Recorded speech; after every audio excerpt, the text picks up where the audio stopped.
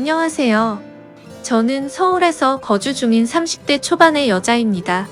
그동안 있었던 파란만장한 제 인생사를 들려드리고 싶어서 이렇게 조심스레 사연을 보내게 되었습니다. 저는 지금 형부와 같이 살고 있는데 긴 글이 될 수도 있겠지만 그저 한 여자의 속풀이라고 생각하고 가볍게 들어주셨으면 좋겠습니다. 저에게는 2살 차이가 나는 친언니가 한 명 있습니다. 언니는 내사 차분하고 현명했으며 성격도 참 시원시원했었죠. 똑 부러지는 성격에 공부도 상당히 잘했고 얼굴도 예쁜 외모라 남자들 사이에서도 인기가 상당히 많았습니다.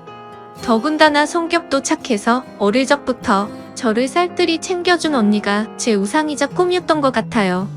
나이는 겨우 2살 차이밖에 안 되지만 어릴 적부터 언니는 제게 상당히 커다란 존재였던 것 같아 말을 잘 따르곤 했습니다. 공부를 상당히 잘하던 언니는 서울의 좋은 대학에 입학하게 되었고 그로 인해 서울에서 혼자서 자취를 시작하게 되었습니다. 그때 당시 저는 혼자 나가서 자취하며 사는 언니가 그렇게 부러울 수가 없었죠. 공부도 잘하고 대학도 좋은 곳에 가는 언니를 동경하며 저도 언니를 따라가기 위해서 이를 악물고 정말 공부를 열심히 했었습니다. 그러다 보니 저도 곧잘 성적이 잘 나왔고 그 덕분에 언니와는 다른 학교지만 나름 서울에 있는 괜찮은 4년제 대학교에 입학을 하게 됐습니다. 저는 너무 행복하고 신났었죠. 그렇게 꿈을 그리던 언니와의 자취 생활과 대학 생활이 너무 기대가 되었습니다.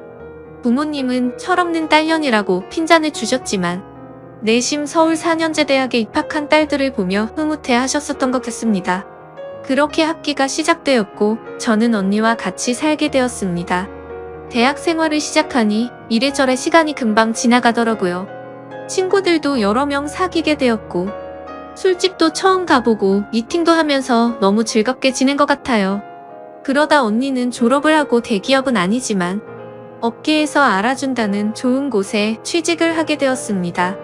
그리고 얼마 뒤 지금의 형부를 만나게 되었네요. 언니보다는 2살 위였으니 저하고는 4살 차이가 나는 남자였고 언니와 소개팅으로 만났다고 들었습니다.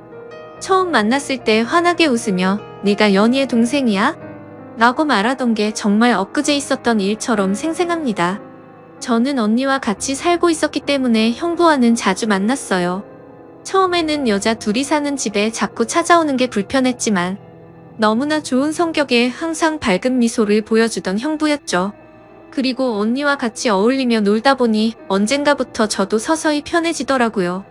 2사람은 항상 저를 같이 챙겨주었고 식사나 영화 그리고 술을 마실 때도 함께 했어요. 언젠가부터 그게 너무 좋았고 일상이 된 듯이 같이 노는 게 편해졌습니다. 저와 형부는 아는 오빠 동생 같이 아주 편한 사이가 되었던 거죠. 그렇게 처음 겪어보는 재밌는 일상들을 만끽하였고 평범한 대학 생활을 즐기면서 별탈 없이 잘 지내고 있었습니다. 그런데 하늘이 무너질 만큼 충격적인 일이 생겨버렸죠. 어느 날 갑자기 부모님의 충격적인 사고 소식을 접해야 했습니다. 언니와 제가 사는 자취방에 오셔서 반찬이며 이것저것 가져다 주시고 시골 집으로 내려가시다 차가 반파되는 큰 사고가 났습니다. 여자들끼리 사는 집이 이게 뭐냐며 투덜거리셨던 엄마와 애들한테 잔소리 그만하라는 아빠. 그 모습이 마지막 모습이셨어요. 부모님 2분 다 그 사고로 인해 돌아가시게 되었습니다. 저희 자매는 너무나도 슬픈 그 현실을 어린 나이에 모두 받아들여야만 했습니다. 형부는 장례식장에서 언니의 남자친구라고 주변 분들에게 소개를 하였고 저희 부모님의 마지막 장지까지 함께 해주었습니다. 목 놓아 울다가 너무 힘들어 지치면 형부가 달래주었고 무엇이라도 먹으라며 밖에서 죽까지 사와서 저희들을 챙겨줬었죠. 형부에게 너무 고마웠고 그때부터 많이 의지가 되었던 것 같아요. 그렇게 부모님을 보내드리고 나니 저희는 졸지에 고아가 되어버린 거나 마찬가지인 상황이 되었습니다. 그렇게 힘든 시기에 겨우겨우 버티면서 대학 생활을 마치고 졸업을 하게 된 저에게도 어느 날 한 남자가 다가오게 되었습니다. 이 남자가 바로 제 전 남편입니다. 부모님이 돌아가시고 형부와 언니에게 많이 위로받고 기대면서 살았지만 그걸로 제 마음이 채워지기에는 부족했었나 봐요. 자상하게 다가와서 제 말을 잘 들어주던 그 남자와 연애를 하게 되었고 저는 자연스럽게 그 남자에게 제 삶을 기대고 많이 의지하게 되었었죠. 그러다 보니 집에 들어가지 않고 외박을 하는 횟수도 점점 늘게 되었고, 안 그러던 제가 갑자기 그런 모습을 보이게 되자 언니와 형부에게 혼도 많이 났었습니다. 그러던 중 저는 그만 사고를 치고 말았습니다. 어리다면 어린 그 나이에 혼전 임신을 하게 되었던 거죠. 지금 생각해보면 정말 미친 짓이라 생각하고 있고 그 시간을 되돌리고 싶은 심정입니다. 물론 지금 제 인생 누구보다 소중한 제 딸아이가 없길 바란다는 뜻이 아니고 전 남편만 되돌리고 싶습니다. 하지만 그때 당시에는 그 남자를 많이 의지했고 사랑했었기에 미래가 행복할 거라 꿈꾸고 아이를 낳자고 마음먹었습니다. 그렇게 저희는 예정에 없었던 결혼을 급하게 하기로 한 거였죠. 그래서 저는 언니와 형부에게 이 사실을 알렸고 정신이 있는 거냐며 많이 혼났었던 것 같습니다. 잘 살 테니 걱정하지 말라고 얘기를 계속 해줬지만 그게 말처럼 쉽게 될 리 없다는 걸 잘 알고 있는 두 사람은 저를 많이 설득하려고 했죠. 하지만 뱃속에 제 아이가 있었기에 되돌릴 수 없다는 걸 모두가 알았고 결국 제 의견을 따라서 결혼을 진행하게 되었습니다. 그러나 상견례부터 참 쉽지 않더군요. 그날부터도 많은 일이 있었습니다. 언니와 형부가 상견례 자리에 나와주었고 어른은 없냐며 대놓고 무시하던 시댁. 그리고 그런 경험을 처음 하면서 괜찮은 척하며 땀을 뻘뻘 흘리면서 시댁에 비위를 맞춰 주던 형부. 매사에 정확하고 똑부러지던 제 언니도 저를 위해 성격 죽이고 이리저리 무사히 상견례를 끝마쳤네요.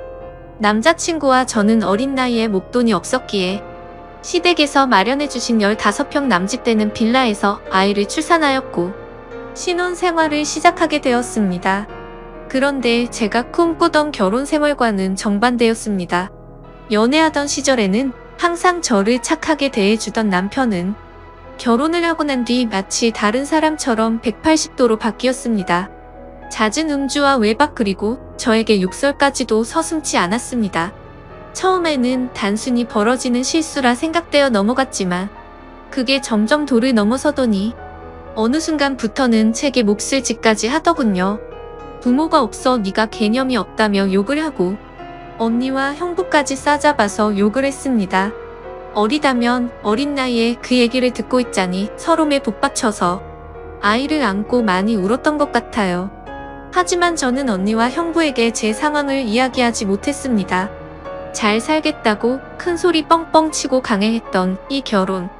지금 제가 이런 대접을 받고 힘들게 산다는 사실을 안다면 언니와 형부가 너무 슬퍼할 걸 잘 알았거든요. 그렇게 저는 힘든 하루하루를 살아가던 중 언니와 형부는 결혼을 하게 됐습니다. 저는 그 당시 많이 힘들고 지친 마음이었지만 누구보다 그 둘의 결혼을 축복했기에 밝게 웃으며 축하해 주었습니다. 그리고 저의 불행한 일상이 2년쯤 지났을 때였습니다. 남편의 폭언과 만행은 점점 더 심해졌고 어느 날부터는 술집 다니는 여자와 외도를 하는 사실까지 알게 되었습니다. 많이 믿고 결혼한 사람이었기에 그런 현실들이 너무 많이 힘들었어요. 그래서 저는 이제는 이 사람과 어떻게든 정리를 해야겠다고 생각하고 있었을 때였습니다. 하지만 현실적으로 이혼하고 나가면 어떻게 살까라는 생각이 들었고 아직 이렇게 조그마한 딸아이와 내가 잘 살 수 있을까 걱정이 들었습니다. 부모님께서 살아 계셨으면 내가 돌아갈 곳이 있을 텐데 하는 슬픔에 잠겼죠. 그러다 힘들어 지쳐 딸아이를 데리고 언니를 보러 집으로 찾아갔습니다. 저는 아무런 일 없다는 듯 언니와 식사를 했고 평소대로 일상적인 대화를 나누었습니다. 언니와 식사를 하고 있는 중에 형부가 퇴근하여 집으로 들어왔고 저를 보며 반갑게 맞아줬습니다. 언니네 오게 되면 딸아이 선물도 챙겨서 들어오게 미리 얘기 좀 하라고 하는 형부. 이렇게 정감 있는 인사를 해주며 제 머리를 쓰다듬어 주더라고요. 그런데 얼마 전 남편에게 밀쳐져서 넘어지다 찢어졌던 부분을 건드렸고 저도 모르게 비명소리를 내게 되었습니다. 형부는 깜짝 놀라서 뭐냐고 왜 그러냐고 계속 물어봤죠.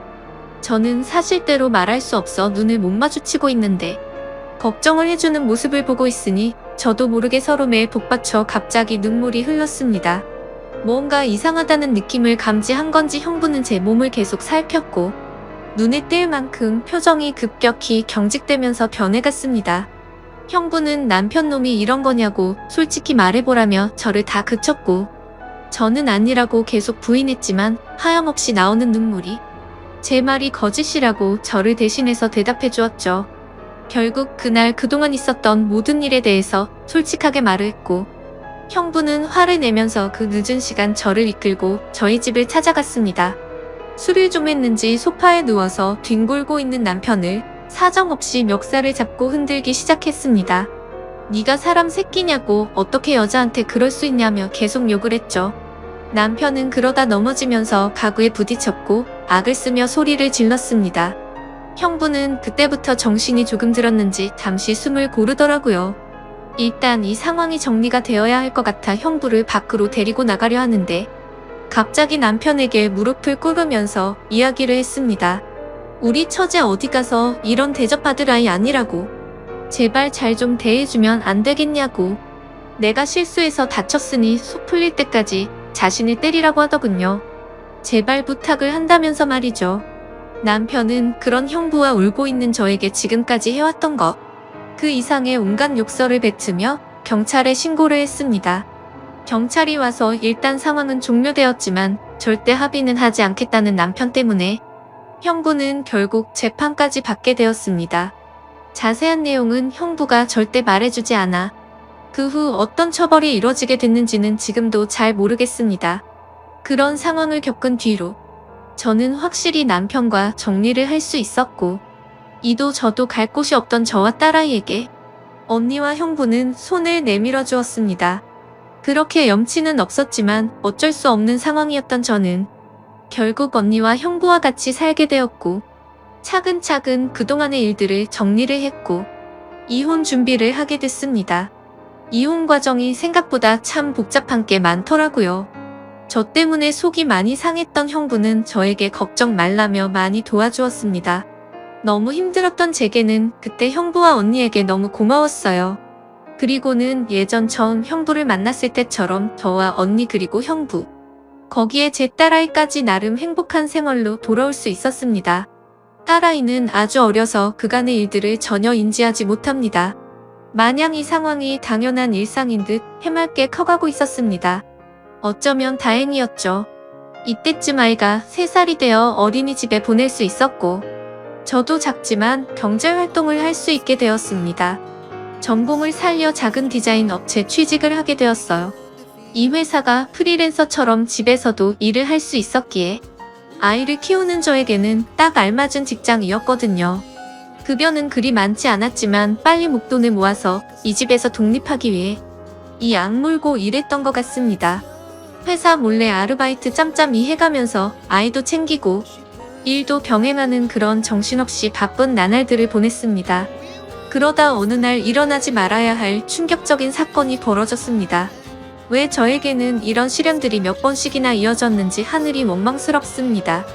어느 날 회사에서 디자인 회의를 하고 집으로 돌아왔는데, 회사에 있어야 할 형부가 잔뜩 어지럽혀진 집안 식탁에 앉아 울고 있었어요. 식탁 위에는 마시던 소주들이 널브러져 있었고요. 너무 놀라서 이게 무슨 일이냐 물었지만 형부는 아무 말이 없더라고요. 그러다 식탁 위에 올려진 이혼 서류를 발견했고, 그 서류에는 언니 이름이 적혀 있었습니다. 무슨 일이냐 물었습니다. 한참이 지난 뒤에 형부가 하는 말이 언니와 이혼하게 되었답니다. 언니는 집을 나갔다고 하더라고요. 갑자기 도대체 무슨 말인지 도저히 이해가 안 되었어요.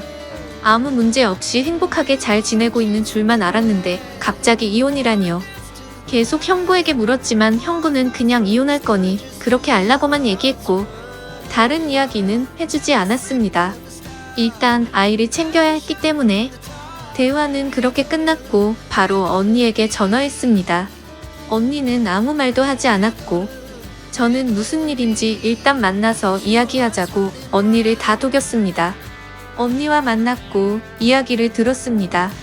언니는 정말 미안하고 몹쓸 짓인 걸 알지만 사랑하는 사람이 생겼다고 말하더군요.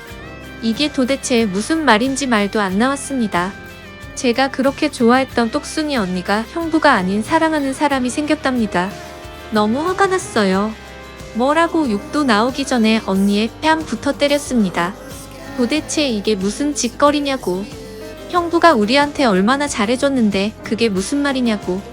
내가 잘못 들은 거 맞다고 말하라고 소리를 질러댔습니다. 그런 언니는 그저 미안하답니다. 저를 끝까지 챙겨주지 못하고 무책임하게 떠나게 되어서 미안하다고 하더라고요. 너무나 황당하고 어이가 없어서 말도 제대로 안 나오더군요. 그렇게 저희들을 위해 잘해준 우리 형부가 너무 불쌍해서 저는 정신을 차리고 언니에게 얘기했습니다. 앞으로 너는 내 언니도 아니고 2번 다시 우리 앞에 나타나지 말라고. 내가 너 대신 형부를 끝까지 지켜줄 거니 꺼지라고 했습니다. 그리고 울면서 자리를 나왔습니다. 저도 그렇게 아프게 이혼했는데 그렇게 믿었던 언니가 제 전남편처럼 인간 같지도 않는 짓을 저지르다니 믿어지지가 않았습니다. 집으로 돌아온 저는 말없이 형부를 위로해 주었습니다. 사실 제가 할 수 있는 일이 크게 없었어요. 저도 딸아이와 함께 얹혀 살고 있는 입장이었기 때문에 그저 위로를 해줄 뿐 다른 방법이 없었거든요. 형부는 며칠 동안 출근도 하지 않고 술만 마시며 지냈습니다. 그걸 보다 보니 저는 너무 안쓰러웠습니다. 그래서 그때부터 언니 대신 집안일을 더욱 더 살뜰히 챙겼고 가사, 육아, 일을 병행하게 되었습니다. 너무 바쁘게 움직였지만 그것보다 형부의 충격이 더 걱정되어 힘들다는 생각도 못했었죠. 그러던 어느 날 형부가 저를 불렀습니다. 그리고 봉투 하나를 건네주었는데 1억 원이 수표로 들어있었어요. 그러며 하는 말이 같이 아파트 들어가려고 모아두었던 돈인데 이제 아무것도 필요 없으니 이 돈 가지고 나가서 자기 걱정 말고 행복하게 살라고 합니다. 여기에 계속 있기 불편하지 않겠냐고. 어차피 끝까지 저랑 제 아이 데리고 가려고 했었길 그 몫을 나누어 주는 거라고 하더군요. 힘든 그 와중에도 제 걱정을 하고 있었다니 눈물이 나서 펑펑 울어버렸어요. 그리고 형부를 꼭 안아주며 내가 같이 지켜줄 거니까 너무 슬퍼하지 말라고, 당분간 곁에 있게 해달라고. 형부가 정신 차리면 내가 알아서 나갈 테니 이 돈은 필요 없다고 말했습니다. 형부도 감정이 복받쳤는지 목 놓아 울었고 알겠다면서 고맙다고 말하더라고요. 그렇게 저와 저희 딸아이 형부까지 비록 임시지만 새로운 가족이 되었습니다.